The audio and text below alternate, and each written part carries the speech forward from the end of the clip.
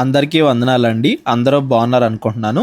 ఇప్పటివరకు మనం ద్వితీయోపదేశకాండం 1-23 అధ్యాయాలు చదువుకున్నాం. ఈ 23 అధ్యాయాల్లో కూడా మోషే ఇజ్రాయేలీల్ని ఐగుప్తు బానిసత్వం నుండి విడిపించి వాగ్దాన దేశానికి నడిపిస్తూ ఉండగా, ఇంకా రేపో మాపో వాళ్ళు వాగ్దాన దేశానికి వెళ్తారు అన్నప్పుడు దేవుడి గురించిన ఆజ్ఞలన్నీ కూడా మోషే వాళ్ళకి గుర్తు చేస్తున్నాడు.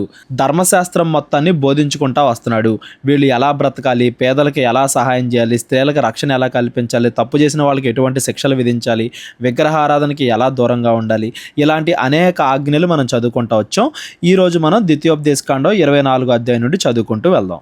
ఒకడు స్త్రీని పరిగ్రహించి ఆమెను పెండ్లి చేసుకున్న తరువాత ఆమె యందు మానభంగ సూచన ఏదో ఒకటి అతనికి కనబడినందున ఆమె మీద అతనికి ఇష్టము తప్పిన ఎడల, మానభంగ సూచన అంటే ఆమె వేరే వాళ్ళు ఎవరితో అన్నా వ్యభిచారం చేస్తుంది అని అతడు తెలుసుకుంటే అప్పుడు ఆమె మీద అతనికి ఇష్టము తప్పిన ఎడల అతడు ఆమెకు పరిత్యాగ పత్రిక రాయించి ఆమె చేతికి ఇచ్చి తన ఇంట నుండి ఆమెను పంపివేయవలెను. కొత్త నిబంధనలో యేసుక్రీస్తు వారు కూడా చెప్తారు కదా, వ్యభిచార కారణాన్ని బట్టి కాక ఏ పురుషుడు కూడా తన భార్యకు విడాకులు ఇవ్వకూడదు అని చెప్పేసి, అసలు విడాకులు ఇవ్వడం, విడాకులు ఇవ్వకపోవడం ఇవన్నీ కూడా మనుషుల హృదయ కాఠిన్యాన్ని బట్టి, మనుషుల పాపాలను బట్టి దేవుడిచ్చిన ఆజ్ఞలు. అసలు స్టార్టింగ్ నుండి దేవుడి యొక్క ప్రణాళిక అయితే భార్యాభర్తలు చివరి వరకు కలిసి ఉండాలి అని. అయితే ఇలా వ్యభిచారం వేరే వాళ్ళతో చేశారు అన్న విషయంలో వాళ్ళు కలిసి ఉండలేరు కాబట్టి వీళ్ళ హృదయ కాఠిన్యాన్ని బట్టి, వీళ్ళ పాపాన్ని బట్టి అలాంటి సమయాల్లో విడాకులు ఇవ్వచ్చు అన్నట్టుగా దేవుడు చెప్తున్నాడు. ఆమె అతని ఇంట నుండి వెళ్ళిన తరువాత ఆమె వేరొక పురుషుణ్ణి పెళ్లి చేసుకొనవచ్చును. ఒకవేళ ఆవిడ మారు మనసు పొంది ఇదిగో నేను తప్పు చేశాను రియలైజ్ అయ్యి ఆ తర్వాత వేరే ఇంకోళ్ళని ఎవరినన్నా కానీ పెళ్లి చేసుకోవచ్చు. ఆ రెండవ పురుషుడు ఆమెను వల్లక ఆమెకు పరిత్యాగ పత్రము రాయించి ఆమె చేతికిచ్చి తన ఇంట నుండి ఆమెను పంపివేసిన ఎడల అతడు కూడా ఆమెను వదిలేస్తే, అతడికి కూడా ఆమెలో ఏదైనా తప్పు కనబడి అతడు కూడా ఆమెకు విడాకులు ఇచ్చేస్తే ఆమెను పెండ్లి చేసుకొనిన పిమ్మట ఆ రెండవ పురుషుడు చనిపోయిన ఎడలనేమి, అతడు వదిలేసినా విడాకులు ఇచ్చినా లేదా అతడు చనిపోయినా, ఆ రెండవ భర్త చనిపోయినా కానీ ఆమెను పంపివేసిన ఆమె మొదటి పెనిమిటి ఆమెను పెండ్లి చేసుకొనుటకై ఆమెను మరలా పరిగ్రహింపకూడదు. ఎవరైతే మొట్టమొదట పెళ్లి చేసుకున్నారో, ఎవరైతే ఆవిడ మొదటి భర్త ఉన్నాడో ఈ రెండవ భర్త విడాకులు ఇచ్చినా కానీ లేదా ఈ రెండవ భర్త చనిపోయినా కానీ మళ్ళా ఏం వెళ్ళి మళ్ళా ఆ మొదటి భర్తను పెళ్లి చేసుకోకూడదు. ఏలయనగా ఎందుకంటే ఆమె తన్ను అపవిత్రపరుచుకొనెను, అది యెహోవా సన్నిధిని హేయము గనుక నీ దేవుడైన యెహోవా నీకు స్వాస్థ్యముగా ఇచ్చుచున్న దేశమునకు పాపము కలుగకుండునట్లు మీరు అలాగూ చేయకూడదు. అతడు కావాలనే పంపించేశాడు. ఆ తర్వాత ఈవిడ వేరే వాళ్ళని పెళ్లి చేసుకుంది. మళ్ళా అతన్ని చేసుకున్నా కానీ వీళ్ళిద్దరి మధ్యలో ఫుల్గా అండర్స్టాండింగ్ ఉండదు. వివాహ వ్యవస్థ అనేది పవిత్రంగా ఉండాలి. ఈ వివాహ విషయంలో, పెళ్లి విషయంలో, పిల్లల విషయంలో మనుషులు అత్యంత పవిత్రతను పాటించాలి అని బైబిల్ స్టార్టింగ్ నుండి చెప్పుకుంటూ వస్తుంది. భార్యాభర్తల మధ్య అండర్స్టాండింగ్ లేనప్పుడు, వ్యభిచారానికి సంబంధించిన ఇలాంటి సమస్యలు ఉన్నప్పుడు ఆ బంధం నిలబడడం కష్టం కాబట్టి దేవుడు ఇలాంటి ఆజ్ఞలు పెడతాడు.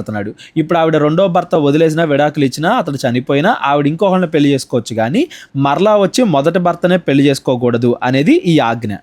ఒకడు కొత్తగా ఒక దాన్ని పెండ్లి చేసుకొని సేనలో చేరిపోకూడదు. సేన అనగానే ఇజ్రాయెల్ సైనికులు అంటే మిలిటరీ. ఎవరన్నా కానీ కొత్తగా పెళ్లి చేసుకున్నాడు అంటే అతడు వెంటనే వెళ్ళి ఆ సైన్యంలో చేరకూడదు. కొత్తగా పెళ్లి చేసుకున్నాడు కాబట్టి ఆ భార్యాభర్తలు కొంతకాలం కలిసి ఉండాలి, వాళ్ళు బాగుండాలి. అంతేగాని కొత్తగా పెళ్లి చేసుకుని వెంటనే భార్యను వదిలేసి వెళ్ళిపోయి సైన్యంలో చేరకూడదు. వివాహ వ్యవస్థకి, భార్యాభర్తల సంబంధానికి, పిల్లలకని ఒక కుటుంబం తయారవడం అనే దాని గురించి, కుటుంబ వ్యవస్థ గురించి దేవుడు ఎంతగా పట్టించుకుంటున్నాడు. కుటుంబం బాగుండాలి, అందులో ఎవరో కూడా బాధపడకూడదు అనే ఉద్దేశంతో కుటుంబ వ్యవస్థ గురించి దేవుడి ఆజ్ఞలన్నీ కూడా ఇస్తున్నాడు. ఒకడు కొత్తగా పెళ్లి చేసుకున్నవాడు వెంటనే సైన్యంలో చేరకూడదు. అతని పైన ఏ వ్యాపార భారమును మోపకూడదు. ఏడాది వరకు అంటే 1 సంవత్సరం వరకు తీరికగా అతడు తన ఇంట ఉండి తాను పరిగ్రహించిన భార్యను సంతోష పెట్టవలెను. 1 సంవత్సరం అంతా భార్యాభర్తలు కలిసి ఉన్నప్పుడు వాళ్ళిద్దరి మధ్య అండర్స్టాండింగ్ ఉంటుంది. కుటుంబ వ్యవస్థ బలపడడం కోసం దేవుడు ఇవన్నీ పెడుతున్నాడు అనేది మనకు అర్థం అవ్వాలి. భార్యను విడిచి భర్త ఎటో వెళ్ళిపోవడం చాలా కాలం దూరంగా, భర్తను విడిచి భార్య ఎటో వెళ్ళిపోవడం చాలా కాలం దూరంగా అలా చేయకూడదు అనేది ఇక్కడ భావం. తిరగటినైనను, తిరగటి మీద దిమ్మనైనను, తాకట్టు పెట్టకూడదు. అది ఒకని జీవనాధారమును తాకట్టు పెట్టినట్టే. ఎవరైతే పేదవాళ్ళు ఉంటారో వాళ్ళు బతకడానికి ఏదైతే జీవనాధారం ఉంటుందో అలాంటి దాన్ని తాకట్టుగా పెట్టకూడదు. తిరగట్టు దాని మీద దిమ్మ ఇవన్నీ కూడా ఏంటంటే వాళ్ళు బతకడానికి ఆధారం, అదే వాళ్ళ జీవనాధారం కాబట్టి దాన్ని తాకట్టుగా ఎవరో కూడా తీసుకుని అప్పు ఇవ్వకూడదు. ఒకడు ఇజ్రాయేళ్ల కుమారులైన తన సహోదరులలో ఒకనిని దొంగిలించుట కనుగొనబడిన ఎడల అతడు వానిని తన దాసునిగా చేసుకొనినను అమ్మినను ఆ దొంగ చావవలెను. అలాగు చేసిన ఎడల ఆ చెడుతనమును మీ మధ్య నుండి పరిహరించుదురు. కొంతమందిని చిన్నప్పటి నుండే తీసుకెళ్ళిపోయి దాసులుగా చేసుకోవడం అట్లాంటివి చేసుకోకూడదు. అట్లా ఎవరన్నా కిడ్నాప్ కానీ వాళ్ళని దాసులుగా చేసుకోవడం కానీ వేరే వాళ్ళకి అమ్మేయడం కానీ అలాంటివి చేశారు అంటే వాళ్ళకి మరణశిక్ష విధించాలి అని చెప్పేసి దేవుడు ఇక్కడ చెప్తున్నాడు. నెక్స్ట్, కుష్ఠురోగ విషయము యాజకులైన లేవీయులు మీకు బోధించు సమస్తమును చేయుటకు బహుజాగ్రత్తగా ఉండుడి. నేను వారికి ఆజ్ఞాపించినట్టు చేయుటకు మీరు జాగ్రత్తగా నుండుడి. మీరు ఐగుప్తులో నుండి వచ్చినప్పుడు త్రోవలో నీ దేవుడైన యెహోవా మిరియామునకు చేసిన దాన్ని జ్ఞాపకము చేసుకొనుడి. మిరియాము గురించి మనం జ్ఞాపకం చేసుకున్నాం కదా. మిరియాముకు కుష్ఠరోగం వచ్చినప్పుడు ఎలా అయితే ఇజ్రాయెల్ అందరికీ దూరంగా పాలెం బయట ఉందో, తగ్గిన తర్వాతే మరలా లోపలికి వచ్చిందో, అలాగా ఇజ్రాయేలీలో ఒకళ్ళ రోగం ఇంకొకరికి వ్యాపించకుండా యాజకులు చెప్పినట్టుగా వినండి, జాగ్రత్త తీసుకోండి. ఏదైతే ఒకళ్ళ నుంచి ఇంకొకరికి పాకే రోగాలు ఉంటాయో అవి ఇజ్రాయెల్ దేశం మొత్తం స్ప్రెడ్ అవ్వకుండా దేవుడు వాళ్ళకి ఇస్తున్న జాగ్రత్తలు. నీ పొరుగువానికి ఏదైనను నీవు ఎరువిచ్చిన ఎడల అతని యొద్ద తాకట్టు వస్తువు తీసుకొనుటకు అతని ఇంటికి వెళ్ళకూడదు. నీవు బయట నిలవవలెను. నీవు ఎరువిచ్చిన వాడు బయటనున్న నీ యొద్దకు ఆ తాకట్టు వస్తువును తెచ్చి ఇచ్చును. ఎవరికైనా కానీ అప్పిస్తే ఆ అప్పు కలెక్ట్ చేసుకోవడానికి వాళ్ళ ఇంటికి వెళ్ళి గొడవ చేయకూడదు, వాళ్ళని ఇబ్బంది పెట్టకూడదు, మర్యాదపూర్వకంగా వాళ్ళతో నడుచుకోవాలి. నీ దగ్గర అతడు అప్పు తీసుకున్నా కానీ ఒక మనిషికి ఇవ్వాల్సిన గౌరవాన్ని పోగొట్టకూడదు, ఒక మనిషి ఇంకో మనిషిని గౌరవంగా చూడాలి అన్నట్టుగా ఇజ్రాయేల్ సమాజానికి ఇస్తున్న ఆజ్ఞలు ఇవన్నీ కూడా. నెక్స్ట్, ఆ మనుష్యుడు భేదవాడైన ఎడల నీవు అతని తాకట్టును ఉంచుకొని పండుకొనకూడదు. అతడు తన బట్టను వేసుకొని పండుకొని నిన్ను దీవించినట్లు సూర్యుడు అస్తమించినప్పుడు నిశ్చయముగా ఆ తాకట్టు వస్తువును అతనికి మరలా అప్పగింపవలెను. అది నీ దేవుడైన యెహోవా దృష్టికి నీతి అగును. ధనం సంపాదించుకోవడం కన్నా ఇతరుల్ని ప్రేమించడం, ఇతరుల ఎడల జాలి చూపించడం, కరుణ చూపించడం గొప్ప విషయం. ఇజ్రాయేలీలు అందరూ కూడా వాళ్ళల్లో ఉన్న భేదవాళ్ల పట్ల కనికరము, జాలి, ప్రేమ చూపించేవారిగా ఇజ్రాయేలీలు ఉండాలి. ఇజ్రాయేలీల్లో ఈ దేవుడి లక్షణాలు కనబడాలి, మిగతా అన్యజనులందరికీ వేరుగా ఉండాలి అన్న ఉద్దేశంతో ఈ ఆజ్ఞలన్నీ కూడా దేవుడు బోధించుకుంటూ వస్తున్నాడు. నెక్స్ట్, నీ సహోదరులోనేమి నీ దేశమందలి నీ గ్రామములనున్న పరదేశుల్లోనేమి దీన దరిద్రుడైన కూలివానిని బాధింపకూడదు.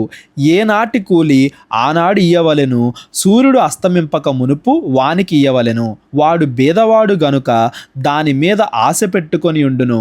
వాడు నిన్ను బట్టి యెహోవాకు మొరపెట్టునేమో, అది నీకు పాపమగును. ఎవరైనా కానీ కష్టపడినప్పుడు నువ్వు వాళ్ళకి జీతం ఇవ్వకుండా వాళ్ళని ఇబ్బంది పెడితే దేవుడు నీకు తీర్పు తీరుస్తాడు. కాబట్టి జాగ్రత్త, ఎవరి కూలి వాళ్ళకి ఇవ్వండి, ఏనాటి కూలి ఆనాడే వాళ్ళకి ఇవ్వండి. వాళ్ళు ఆనందంగా ఉండాలి, మీరు బాగుండాలి. అంతేగాని కష్టపడి పని చేయించుకున్న వాళ్ళని మీరు ఇబ్బంది పెట్టకూడదు అని చెప్పేసి దేవుడు ఇక్కడ చెప్తున్నాడు. కుమారుల దోషమును బట్టి తండ్రులకు మరణశిక్ష విధింపకూడదు. తండ్రుల దోషమును బట్టి కుమారులకు మరణశిక్ష విధింపకూడదు. ఎవని పాపము నిమిత్తము వాడే మరణశిక్ష నొందును. దేవుడు ఒకళ్ళ పాపాలను ఇంకొకళ్ళ మీద వేసే వ్యక్తి కాదు. ఎవరి పాపాలకి వాళ్లే శిక్ష అనుభవించాలి, అంతేగాని ఒకళ్ళ పాపానికి ఇంకొకళ్ళని శిక్షించే వ్యక్తి దేవుడు కాదు అనేది దీని భావం.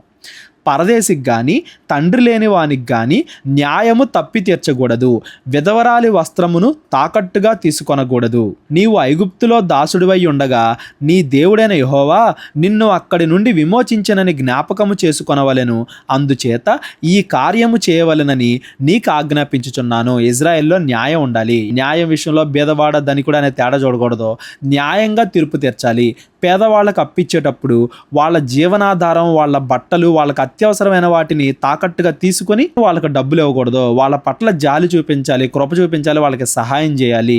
న్యాయం విషయంలోనూ పేదవారికి సహాయం చేసే విషయంలోనూ దేవుడు ఎక్కువగా ఈ అధ్యాయంలో ఉన్న ఆజ్ఞలు ఇస్తున్నాడు.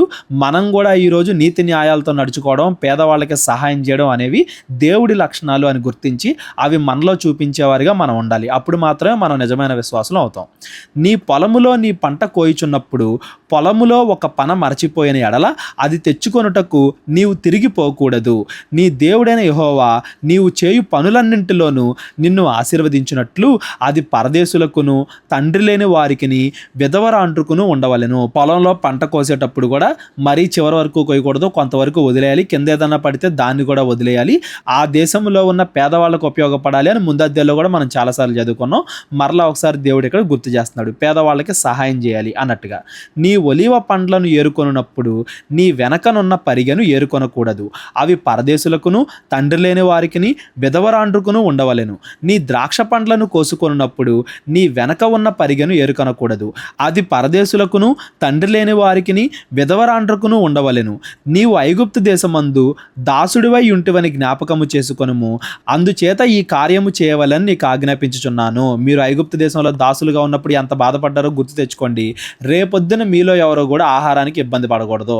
వాళ్ళకి ఇబ్బంది కలగకుండా మీరు ఇవన్నీ చేయండి. మీ పంటల్లోను, మీ ఆస్తిలోను, మీరు అప్పిచ్చే విషయంలోను, మీరు తాకట్టు తీసుకునే విషయంలోను, న్యాయం తీర్చే విషయంలోను, అన్నింటిలోనూ మీలో ఉన్న భేదవాళ్ళకి మీరు సహాయం చేయాలి, న్యాయంగా నడుచుకోవాలి అని దేవుడు ఇక్కడ చెప్తున్నాడు. ద్వితీయోపదేశ కాండము 25వ అధ్యాయం. 24వ అధ్యాయం మొత్తం కూడా పేదలకి సహాయం చేయాలి, కుటుంబ వ్యవస్థ బాగుండాలి, సమాజం అంతా కూడా బాగుండాలి అనేది 24వ అధ్యాయం. 25వ అధ్యాయంలో దేవుడు ఏం చెప్తున్నాడు చూద్దాం. మనుషులకు వివాదము కలిగి న్యాయ సభకు వచ్చినప్పుడు న్యాయాధిపతులు విమర్శించి నీతిమంతుడనియు దోషిని దోషి అనియు తీర్పు తీర్చవలెను.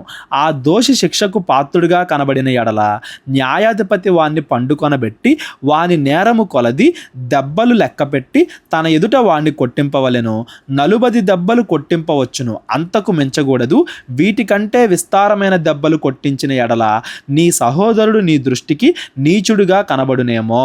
న్యాయము తీరుస్తున్నాము అనేది గుర్తుండాలే గాని నేనే వాడిని శిక్షిస్తున్నాను, నేను వాడికంటే గొప్పవాడిని, వాడు నాకన్నా చిన్నోడు అనే ఉద్దేశం రాకూడదు. ఒక పక్కన న్యాయం తీరుస్తున్నాము అనే ఉద్దేశం రావాలి, అది దేవుడు తీరుస్తున్నాడు అనే ఉద్దేశం రావాలి.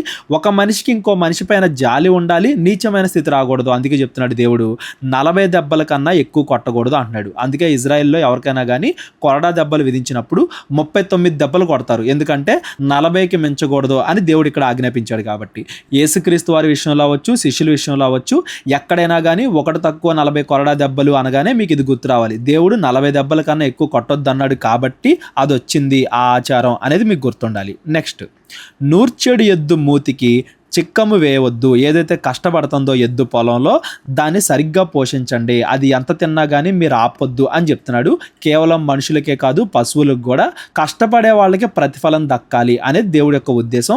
ఈ మాటను మనం కొత్త నిబంధనలో కూడా గమనిస్తాం. పౌలు గారు కొరింథీయులకు రాసిన పత్రికలో వాడుతూ, మీ మధ్యలో ఎవరైతే సేవకులు ఉన్నారో, మీకు వాక్యం బోధించడానికి కష్టపడుతున్నారో వాళ్ళకి మీరు సహాయం చేయండి. మీ కానుకల ద్వారా మీరు ఇచ్చే కానుకలను బట్టి వాళ్ళు ఇంకా మంచిగా పనిచేయాలి అని చెప్పి ఇదే రెఫరెన్స్ని వాడతారు పౌలు గారు కొరింథీయులకు రాసిన పత్రికలో. నూర్చెడు ఎద్దు మూతికి చిక్కము వేయవద్దు, ఎవరైతే కష్టపడుతున్నారో వాళ్ళని ఇంకా ప్రోత్సహించండి, వాళ్ళకి కావాల్సిన ఇచ్చి అనేది దీని అర్థం. నెక్స్ట్, సహోదరులు కూడి నివసించుచుండగా వారిలో ఒకడు సంతానము లేక చనిపోయిన ఎడల చనిపోయిన వాని భార్య అన్యుణ్ణి పెళ్లి చేసుకొనకూడదు. ఆమె పెనిమిటి సహోదరుడు ఆమె యొద్దకు పోయి ఆమెను పెండ్లి చేసుకొని తన సహోదరునికి మారుగా ఆమె ఎడల భర్త ధర్మము జరిగింపవలెను. చనిపోయిన సహోదరుని పేరు ఇజ్రాయిల్లో నుండి తుడిచివేయబడకుండునట్లు ఆమె కను జ్యేష్ఠ కుమారుడు చనిపోయిన సహోదరుడికి వారసుడిగా ఉండవలెను. అతడు తన సహోదరుని భార్యను పరిగ్రహింప నల్లని ఎడల వాని సహోదరుని భార్య పట్టణపు గవికిని అనగా పెద్దల యొద్దకును పోయి, నా పెనిమిటి సహోదరుడు ఇజ్రాయేలీల్లో తన సహోదరునికి పేరు స్థాపింపనని చెప్పి దేవధర్మము చేయనల్లడని తెలుపవలెను. అప్పుడు అతడి ఊరి పెద్దలు అతన్ని పిలిపించి అతనితో మాట్లాడిన తరువాత అతడు నిలవబడి ఆమెను పరిగ్రహించుటకు నాకిష్టము లేదనిన ఎడల అతని సహోదరుని భార్య ఆ పెద్దలు చూచుచుండగా అతని దాపున పోయి అతని కాలి నుండి చెప్పు ఊడదీసి అతని ముఖమునెదుట ఉమ్మివేసి తన సహోదరుని ఇల్లు నిలపని మనుష్యునికి ఈలాగు చేయబడునని చెప్పవలెను. అప్పుడు ఇజ్రాయేలీల్లో చెప్పు ఊడదీయబడిన వాని ఇల్లని వానికి పేరు పెట్టబడును. ఇది కొంచెం విచిత్రంగా అనిపించవచ్చు మీకు, కాకపోతే ఆ కాలంలో ఇజ్రాయెల్ల వంశం కానీ ఆ కుటుంబం కానీ వాళ్ళకి ఇవ్వబడిన భూమి కానీ ఇవన్నీ కూడా నిలబడాలి అంటే వారసత్వం అనేది ఆ కాలంలో చాలా ముఖ్యమైనది. ఎందుకంటే దాని మీదే మిగతా అన్ని కూడా ఆధారపడి ఉంటాయి కాబట్టి. ఎవరన్నా స్త్రీ యొక్క భర్త చనిపోతే ఆవిడికి ఏ ఆధారము ఉండదు కాబట్టి ఆ కాలంలో అలా స్త్రీలకు అన్యాయం జరగకుండా, వాళ్ళను పోషించే వాళ్ళు లేకపోవడమో, వాళ్ళు వేశ్యలుగా మారడమో ఇలాంటివి జరగకుండా స్త్రీలకి అండగా ఉండాలి అన్న ఉద్దేశంతో భర్త చనిపోయినప్పుడు ఆ భర్త యొక్క సహోదరుడు ఆమెను పెళ్లి చేసుకోవాలి, ఆ వంశాన్ని కాపాడాలి, ఆవిడికి తోడుండాలి. స్త్రీల యొక్క రక్షణ కోసం పురుషాధిపత్యం ఎక్కువగా ఉన్న ఆ కాలంలో దేవుడు విధించిన ఆజ్ఞ. ఈ కాలంలో మన సంస్కృతి, మన పరిస్థితులను బట్టి ఇవేవి కూడా మనకు అప్లై అవ్వవు. ఇవి ఒక్కటే కాదు, ధర్మశాస్త్రంలో పాత నిబంధనలో మనం ఏవేవైతే ఆజ్ఞలు మాట్లాడుకుంటున్నామో అవన్నీ కూడా ఈ కొత్త నిబంధనలో పాటించకూడదని నేను చాలాసార్లు చెప్పాను. ఇది ఇజ్రాయేలీలకు ఇవ్వబడుతున్న ఆజ్ఞ, అప్పుడున్న పరిస్థితులను బట్టి ఇవ్వబడుతున్న ఆజ్ఞ. ఆ కాలంలో ఉన్న పురుషాధిపత్యానికి ఈ కాలానికి చాలా తేడా ఉంది.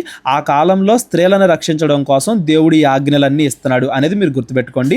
నిన్న కూడా మనం చదువుకున్నాం కదా 21, 22, 23 అధ్యాయాల్లో స్త్రీల రక్షణ కోసం దేవుడు ఏవేవైతే ఆజ్ఞలు ఇచ్చాడో వాటిల్లోకే ఇది కూడా వస్తుంది. భర్త చనిపోయిన స్త్రీకి అండగా ఉండాలి అన్న ఉద్దేశంతో, అదే కుటుంబం అండగా ఉండాలి అనే ఉద్దేశంతో దేవుడు ఇది పెట్టాడు అనేది మనకు అర్థం అవ్వాలి. నెక్స్ట్, మనుష్యులు ఒకనితోనొకడు పోట్లాడుకొనుచుండగా వారిలో ఒకని భార్య వాని కొట్టుచున్న వాని చేతిలో నుండి తన పెనిమిటిని విడిపించుటకు వచ్చి చెయ్యి చాచి వాని మానమును పట్టుకొనిన ఎడల ఆమె చేతిని ఛేదింపవలెను. నీ కన్ను కటాక్షింపకూడదు. గొడవ జరిగితే ఆపాలనుకోవడం కరెక్టే, అలాగని అవతల వాడికి అసలు సంతానమే లేకుండా చెయ్యాలి అన్న ఉద్దేశంతో అతన్ని గాయపరచడం అనేది కరెక్ట్ కాదు. కాబట్టి ఆమె చేతిని ఛేదింపవలెను అనే శిక్ష ఇక్కడ కనబడుతుంది. నీ కన్ను కటాక్షింపకూడదు అంటే అలాంటి ఉద్దేశాలు ఇజ్రాయెల్లో ఉండకూడదు.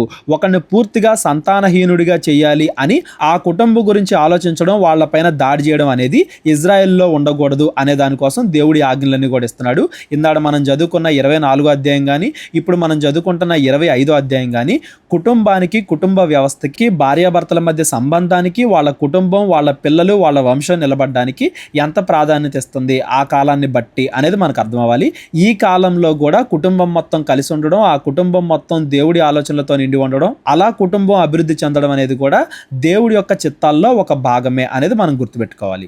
నెక్స్ట్, హెచ్చుతగ్గులు గల వేరువేరు తూనిక రాళ్ళు నీ సంచిలో ఉంచుకొనకూడదు.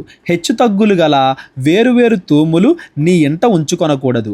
నీ దేవుడైన యెహోవా నీకిచ్చుచున్న దేశములో నీవు దీర్ఘాయుష్మంతుడు అగునట్లు తక్కువ కాని న్యాయమైన తూనిక రాళ్ళు నీవు ఉంచుకొనవలెను. తక్కువది కాని న్యాయమైన తూము నీకు ఉండవలెను. అలాగు చేయని ప్రతివాడును, అనగా అన్యాయము చేయు ప్రతివాడును నీ దేవుడైన యెహోవాకు హేయుడు.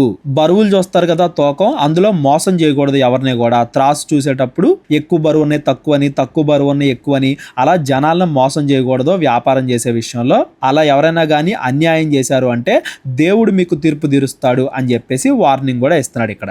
నెక్స్ట్, మీరు ఐగుప్తులో నుండి వచ్చుచుండగా మార్గమున అమాలేకీలు నీకు చేసిన దాన్ని జ్ఞాపకము చేసుకొనము. అతడు దేవునికి భయపడక మార్గమున నీకు ఎదురుగా వచ్చి నీవు ప్రయాసపడి అలసి ఉన్నప్పుడు నీ వారిలో నీ వెనకనున్న బలహీనులందరినీ హతము చేసెను.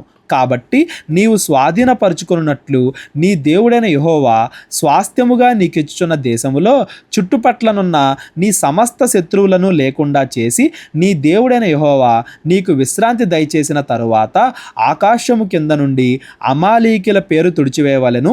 ఇది మర్చిపోవద్దు. ఎవరెవరైతే దేవుడికి విరోధంగా వెళ్ళారో వాళ్ళందరికీ కూడా దేవుడు తీర్పు తీరుస్తాడు. ఏది కూడా దేవుడు మర్చిపోడు అనేది దీని భావం. అమాలేకీలు మనం చూసాం కదా, వీళ్ళు ప్రయాణం చేస్తున్నప్పుడు వీళ్ళ మీదకి యుద్ధానికి వస్తారు, దేవుడు ఆ యుద్ధాన్ని గెలిపిస్తాడు. ఎవరెవరైతే దేవుడి ప్రజలకు అడ్డుగా నిలిచారో అలాంటి వాళ్ళ మీదకి దేవుడు తీర్పు తీరుస్తాడు. ఇప్పుడే కాదు ఫ్యూచర్లో కూడా వాళ్ళు బాధపడతారు, దేవుడికి విరోధంగా వాళ్ళు తయారయ్యారు కాబట్టి అనేది మరలా ఇక్కడ గుర్తు చేస్తున్నాడు. ఇది ఇజ్రాయెల్కి ఎందుకు చెప్తున్నాడు అంటే, మీరు కూడా రేపొద్దున దేవుడికి విరోధంగా తయారయ్యారంటే మీ మీద కూడా దేవుడు తీర్పు తీరుస్తాడు, వదిలిపెట్టడు అని దేవుడి తీర్పుని, దేవుడి న్యాయాన్ని రెండింటిని కూడా గుర్తు చేస్తున్నాడు. పైనంతా కూడా దేవుడి న్యాయం ఎలా ఉండాలి, మీరు న్యాయంగా ఉండాలని చెప్పాడు. కిందేమో అన్యాయం చేసిన వాళ్ళని, ఎదుటి వాళ్ళని మోసం చేసిన వాళ్ళని, ఎదుటి వాళ్ళని హింసించే వాళ్ళకి దేవుడు తీర్పు తీరుస్తాడు అనేది కూడా చివరిలో చెప్తున్నాడు. నెక్స్ట్, ద్వితీయోపదేశకాండం 26వ అధ్యాయం కూడా ఈరోజు మనం చదువుకుందాం. 27వ అధ్యాయం నుండి రేపొద్దున మనం చదువుకుందాం.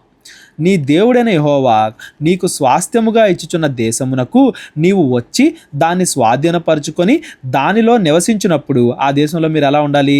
నీ దేవుడైన యెహోవా నీకు ఇచ్చుచున్న నీ భూమిలో నుండి నీవు కూర్చుకొని భూఫలములన్నింటిలోనూ ప్రథమ ఫలములను తీసి గంపలో ఉంచి నీ దేవుడైన యెహోవా తన నామమునకు మందిరమును ఏర్పరచుకొని స్థలమునకు వెళ్ళి ఆ దినములలో నుండి యాజకుని వద్దకు పోయి యెహోవా మన పితరులకు ఇచ్చెదను అని ప్రమాణము చేసిన దేశమునకు నేను వచ్చి ఉన్న సంగతి నేడు నీ దేవుడైన యెహోవా సన్నిధిని ఒప్పుకొనుచున్నాను అని అతనితో చెప్పవలెను.